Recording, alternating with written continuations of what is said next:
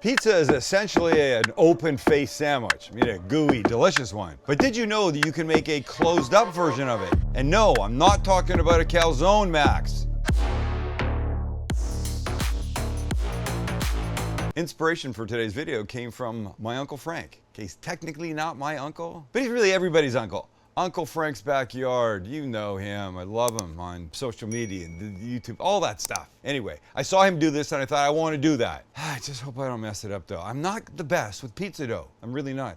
Uncle Frank, come to San Diego. You can teach me. Anyway, here's the point. You make the dough and then you roll it out. Then you drizzle some oil on it. You close it up, throw it in the oven, cook it, bring it back out, open it back up, then stuff it full of goodness. Then close it and cut it and eat it. It's pretty simple. We're gonna begin by making our very own pizza dough. Takes about 3 minutes. You can't go wrong unless you don't have 3 minutes. I know you've got 3 minutes, so just watch. We begin with 2 cups of all-purpose flour. To that we will add 1/4 ounce packet of fast-rising yeast, teaspoon of sugar, teaspoon of kosher salt. Now I like to add about 1/2 tablespoon of oregano and the same of garlic powder. We give this a quick whiz in our processor, like this, just to mix it. Then we add 2 things. With the motor running, we're gonna add a tablespoon of olive oil and 3/4 of a cup of warm water, somewhere between 110 and 120 degrees. Too hot will kill the yeast. You don't wanna kill the yeast, that'd be mean. Just let it start to come together. Stop and have a look. Not too sticky. If it was too sticky, you could always add a little bit more flour, but this is perfect. So let's take it out. Little flour down first. We do that, and out comes our dough. Lovely. This I like to just knead a little bit. Smooth it out, just a little bit. This is very satisfying, I gotta say. And I can smell the garlic and the oregano, and I know it's not traditional, it's okay. Make a little beautiful bowl like this. Get yourself a bowl, put a little olive oil in it, give it a quick one of these. Bowl dough goes inside. We cover it up with a towel, and it goes in a warm place for about an hour till it doubles in size. Here's our dough. Nicely risen. Let's get some flour on the deck. Spread it out. Take this guy, get him a little floury, and then decide how big a one we want. Max, how big a one would you like? Pretty big. This whole guy? Well, this is pretty big. Let's do this. Now, I know what's important in this is this has to be relatively thin. If it's not relatively thin, what is it? It's relatively thick. I don't think that's what we want. And don't forget, it's gonna be doubled up, right? That's a pizza like this, but we're gonna fold it. So thin is where we're headed. And I feel like we're there. Is half of this too big? Does it make it giant? Sure. Oh, okay. Now I gotta get this guy on here. And I'm not taking any chances. Okay, here's what we're doing. Take a little olive oil, like this. This is gonna keep it from sticking. And this guy will come over the top, like this. Beautiful. Ready for the pizza oven. May the Uncle Frank gods be with me. In we go. It's huge. I'm gonna have to turn this a couple of times. That's for sure. Sure. For sure. But I like what I'm seeing so far. In the middle of the deck, I'm about 600 degrees. I didn't want it too hot because I didn't want it to burn up.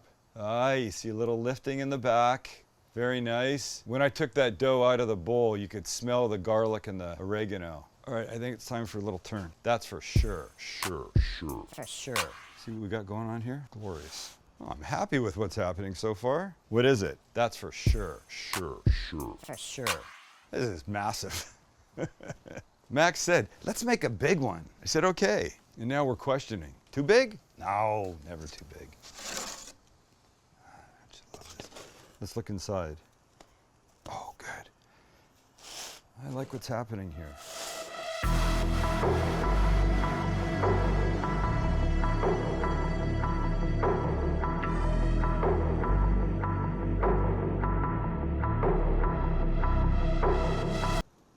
Oh, you know how the outside of a sandwich is toasty and the inside is light and fluffy? That's what we got here.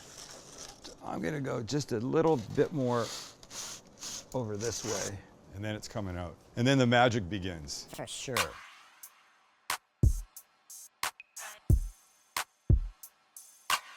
And I think for me, that's now. Let's build it.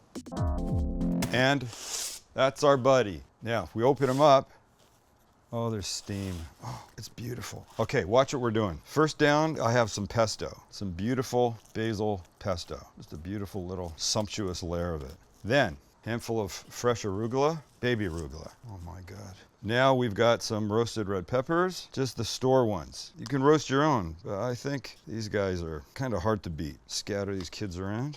And one more little piece in here. Now some meats. I have two types of capicola. This one I like because it's salty. Yes, it's a little bit spicy, but it's also salty. That just little extra hit there is really nice. Now, prosciutto. You can never really go wrong with some prosciutto on here. I don't think you can go wrong with prosciutto on anything, to be honest. So let's just put a few nice pieces. I've got like two more. I don't know why I would save them. Who am I saving these for? Christmas. And last is an extra beautiful little spicy capicola that one of my faves. This. We give it three things. A little extra virgin olive oil. And of course a little of our BFF. And then buffalo mozzarella. Just pulled apart lovingly. Placed on top. Oh, the beautiful richness that this will add. Making me happy. And that's it. You go like this. And then you cut. Like that.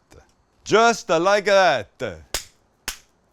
That's an Italian party sandwich. All right, so let's just do this. Oh, there's melting mozzarella in here. I'm just gonna cut myself a little wedge, a little slice. How about that? And how about that? And how about that?